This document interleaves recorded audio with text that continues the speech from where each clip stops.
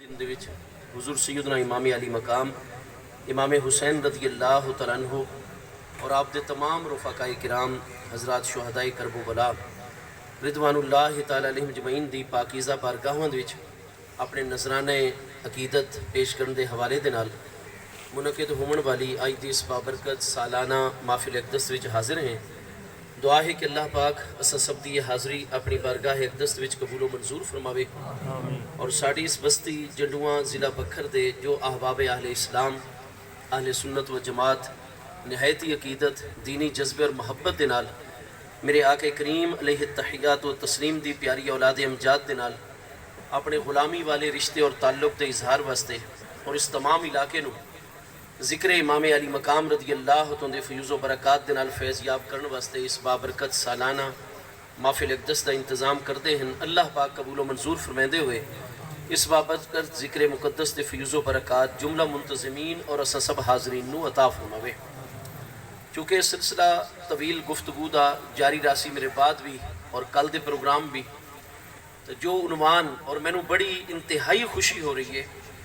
کہ ساڑھے اس بستی جنڈواں دے احباب جتنا بھی پروگرام تشکیل دے رہے ہیں اس وچ تمام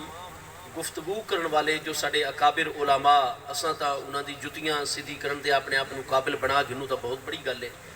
تو ساڑھے جتنے سکالرز آ رہے ہیں گفتگو کرن والے آ رہے ہیں انہاں نو موضوعات تقسیم کر کے عطا کر رہے ہیں تاکہ انہاں دو دنوں دے وچ تمام اہل اسلام تک زیادہ تو زیادہ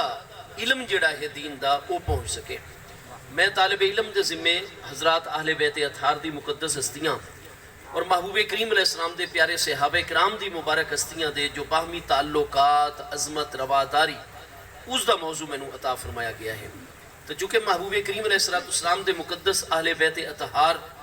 براہ راست محبوب کریم علیہ السلام دی بارگاہ اقدس دے نال نسبت رکھ دیں اس واسطے پہلے انہاں کریم ہستیاں دے متعلق جو محبوب علیہ السلام دے پیارے غلامہ حضرات صحابہ کرام دا طرز عمل ہے اس دوتے گفتگو دا آغاز کر دیں اور آخری حصے دے وچ جو اہل بیت اطہار دے مبارک تعلقات محبتاں مہربانیاں محبوب علیہ السلام دے صحابہ کرام دے نال انہاں دوتے انشاءاللہ تعالی میں طالب علمانہ گفتگو دا شرف حاصل کرساں۔ صحیح بخاری شریف دی پہلی جلد سوا 522 کتاب المناقب دے وچ حدیث صحیح ہے کہ حضرت سیدنا امیر المومنین ابو بکر صدیق رضی اللہ عنہ جس وقت آپ دی بیعت منعقد ہو گئی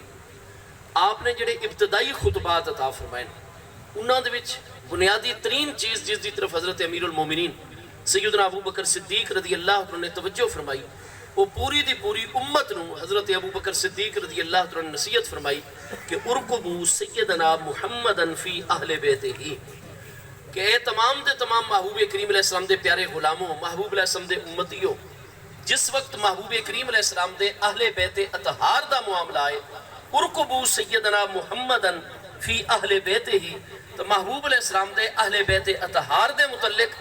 ہمیشہ نبی پاک علیہ السلام دی ذات بابرکات نو اپنے ہوتے نگاہ بان سمجھائے۔